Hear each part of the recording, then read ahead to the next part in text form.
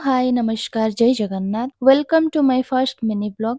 सकाळु उठी फ्रेश हे ठाकुर पूजा करी मु बाहरी थिली तळकू। आजिर दिनटी आरंभ होइथिला आलू तरकारी।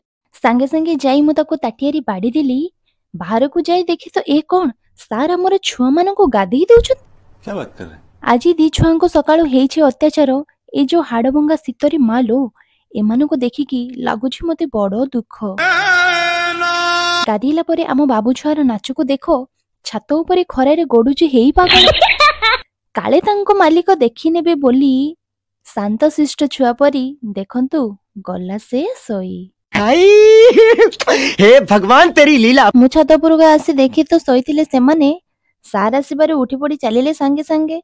बड़ छुआ को हमर साटिके पछि देउथिले बोली देखंतु बाबू छुआ हमर केमिति मुह फुलेई देइचंती। केजाणी दी बंधु तांको भाषारे कौन कथा होउथिले रे मु तो बुझी पारिलिनी। हुए तो आम सार बुझीथिबे रे। क्या बात कर रहे हैं? से जहा भी हेउ सेमानंकर सब प्रकार काम सरिला। ओहो मनीष एबे टिके शांति रे निश्वास मारिला।